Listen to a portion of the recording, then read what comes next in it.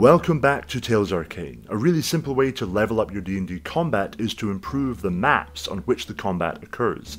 These could be maps drawn by hand, created with a digital map maker like Inkarnate or Dungeon Draft, or maps made with physical terrain pieces. In this video, I'm going to outline 5 physical features that I think will massively improve almost any battle map. You don't need to use all 5 for every battle map, but if you use 2 or 3, I think you'll have a lot more fun, and so will your players. By the way, this video is made possible by the wonderful people who back me over on the Tales Arcane Patreon.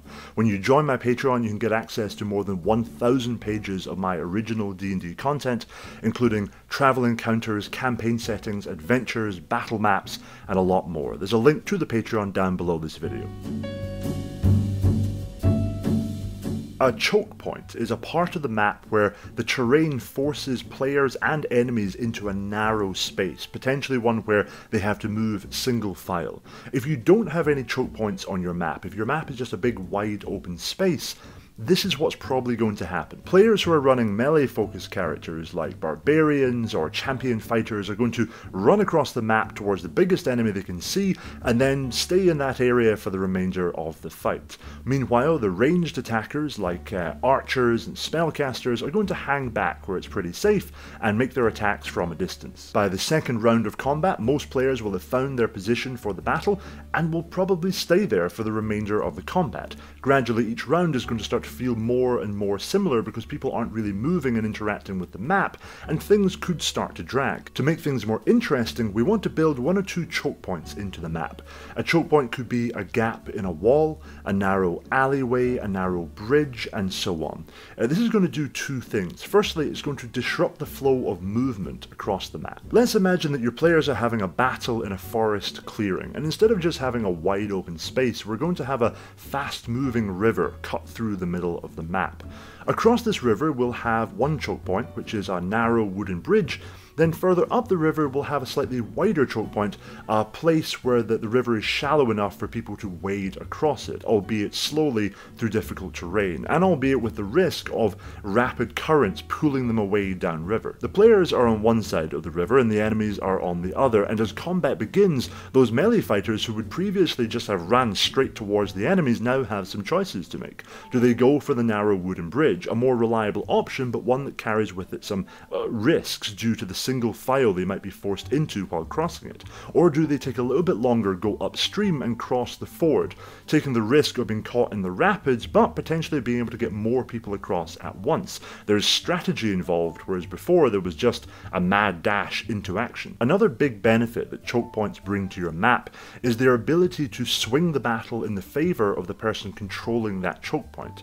For example, a narrow bridge across a river could be used by the players to force a swarm of zombies to come at them in a much smaller number, perhaps 1 at a time. They could also use crowd control spells like entangling vines or webs to slow the enemies down as they come across the river, even damaging them perhaps by setting that narrow choke point on fire. In a recent game of my own, the players were up against a much larger force of enemies, but they managed to channel those enemies across a narrow bridge and then cast a wall of fire across the centre of it, so that when those enemies tried to push through to get to them, they all took severe damage. This completely changed the dynamic of the battle and also made the players feel very clever. I love introducing elevation to my battle maps, and you can do this in almost any scenario. It might be a tree, a low ridge, a hill, a tower, a rooftop. There are so many interesting ways for players and enemies to take advantage of elevation. One good thing about elevation is the fact that it encourages ranged players to move around the map a little bit more. The wizard might see a low scaffolding that they can climb up, and this will give them a better vantage point to target enemies on the map below, and B, a sense of protection. They'll be up above the minions and enemies that might be swarming around on the ground level. Elevations also segment the map up in quite a nice natural way. The barbarian might be in the town square battling the bugbear boss, while the rogue is climbing around on one of the rooftops taking out some goblin archers that are stationed up there. Both players are engaged in a battle on the same map, but they're having quite different experiences on the different elevations. But possibly the best thing about elevations is the capacity capacity they give to players and enemies to kick each other off of them. If you're up on a high, narrow platform battling multiple enemies, a spell like Thunderwave that can push the enemies back becomes incredibly useful. And for brute force players like barbarians, there's nothing more satisfying than kicking and throwing your enemies off into thin air. Add in some lava or some spikes underneath and things get really interesting. On most of my maps, I like to include some features that will incentivize and reward players for going off into the far corners of the area and exploring, rather than just spending their time in the area of the map where the enemies are active. The simplest way to do this is just to scatter some loot around the area. As my players have come to learn, if they see a chest on the far side of the room, or a dead body chained to a distant wall, they'll probably be rewarded for going over to that area and exploring. There'll be an item there that will help them in the battle they're engaging in. A good example of this would be a dead adventurer in a red dragon's lair. They're lying off in the far corner of the lair, but if a player goes over there, they'll find that on that dead adventurer's body is an unused potion of fire resistance. Alternatively, let's imagine that the players are fighting some goblins in the goblin's lair, and the goblins have a pet troll who fights for them, who they bring into battle. Now those goblins might have put aside a wooden chest somewhere in their lair full of acid vials, just in case the troll ever went rogue and turned against them. If the player goes out of their way to find that chest, get the acid vials out, they can throw them at the troll, gaining an advantage by preventing the troll from regenerating its health. They've been rewarded for focusing on the map around the area rather than just attacking the troll and the goblins. If you don't want to give your players items, you can just include features that they can interact with, where they know that interacting with those features probably gives them an advantage. For example, in the goblin's lair there might be a big lever in one wall. A player runs over, pulls the lever, and a pit opens up in the middle of the floor full of spikes. Maybe they can then, realizing that that's how it works, maneuver the troll onto that area, pull the lever again, drop the troll into the spiked pit. They've gained an advantage by doing something that wasn't directly related to combat. Now I want to talk about two more features that I think make for great battle maps, but I'm aware that not everybody uses battle maps. Some people prefer Theatre of the Mind.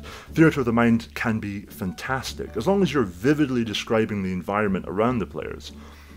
And speaking of vivid descriptions, this video is sponsored by Describe, a platform that provides digital resources for GMs, and I want to quickly highlight two of their standout features. The first is their enormous library of flavor text that you can use to add atmosphere and descriptive detail to any scene. Think your players might encounter a kraken next week? Go to Describe, search Kraken, find a piece of text that works for you, and use that as the basis for a vivid description. You can read the text aloud, it's all really well written, or you can use it as a jumping off point to develop your own narration. Describe also has a feature called Opus, which is a massive library of TTRPG music, background ambience, and sound effects. You search for the sound you want, add it to a custom soundboard for that particular scene or environment, and then on the night, you can layer and level all the sounds as you go along. It works great in person, but you can also do this easily online. Just send your players a browser link. If you want to try out Describe for yourself, you can get an extended free trial by going to the link below this video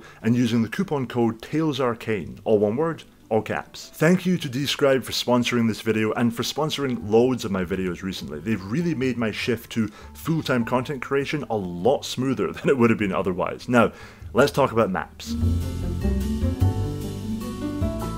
Cover opens up some great possibilities for strategy on the map, and it also encourages players to move around a little bit more, similar to the rewards we talked about in the previous point. If you put some good cover on the map, but it's not super close to where the players begin the battle, they're going to be encouraged to move a little bit to take advantage of it, and that's no bad thing. I also love what cover does for long-ranged enemies. It can take quite low-level enemies and make them absolutely deadly. An archer jumps up, fires off a couple of arrows, maybe a spellcaster comes up, fires off a spell, then drops down behind a low wall, down into a ditch, complete cover, and the players have nothing to do but attempt to run towards them. And if the players are caught out in the open, then they're a target the next time the turn comes round and that enemy jumps back up. My players experienced this for themselves quite recently. It's in the most recent episode of my actual play, which is over on Spotify, a little self-plug. But they were up against a Cambion, and they were in a ruined castle with a lot of walls offering full cover. The Cambion could fly, so it would just fly up, hit them with a ray of fire, and then drop out of sight. And this was really difficult because the Cambion was quite a far distanced off, so they didn't have any melee fighters close enough, so they were relying on range, and the Cambion was now with full cover. They also didn't know where the Cambion was going to pop up next, because in full cover behind a wall, there's no telling where that enemy is or what their movements are. I just took them off the map whenever that happened. Of course, this will work for your players as well. They can think strategically about movement and positioning, how to make the most of cover, instead of just sprinting headfirst into battle. Except for the Barbarian, who will sprint headfirst into battle, but that's kind of their thing. Barbs are going to barb.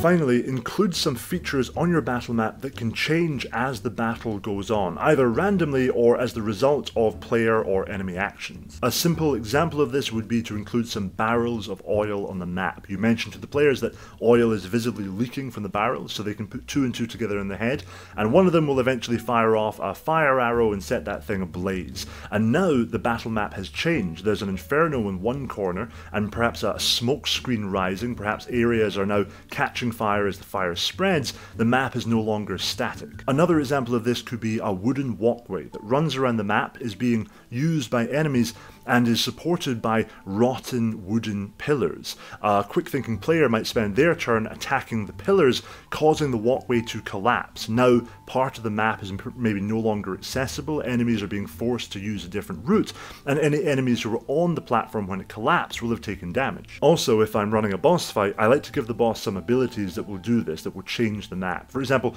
one of my earliest boss fights was with a Demon Lord inside a volcano. I really wanted high stakes for this one, and I gave the Demon Lord a legendary action where if it struck the floor with its axe, it could open up cracks through which lava would be bubbling. It would make certain areas of the map less accessible as time went on, and force the players to reimagine their strategies as they were going. The point is to avoid that situation where players are experiencing the same thing every round. Maybe one of the players sets something on fire, and as a result of that, a choke point is created, forcing some enemies to take a different route around. That's good, but now the smoke rising up from that fire obscures the view that the ranger had to shoot their bow, so they're going to have to move on their turn. Things are changing. Of course, as I said before, you don't need to use all of these features, but I think using 2 or 3 of them for each map was going to make things a lot more engaging for the players, and will also keep things more interesting for you as a DM. Will make each encounter feel a little bit more unique and interesting. Of course, things like enemy selection and enemy tactics are really important, but the map is the backdrop for the whole thing. So you get that right and half the battle's won. Thank you for watching this video. Thank you to Describe for sponsoring this video and many others. If you want to get that extended free trial on Describe, head to the link below this video. Use that coupon code TalesArcane, all capital letters, all one word. If you want to support what I do here on the channel, I do have that Patreon, again, link below this video. I'll see you next time.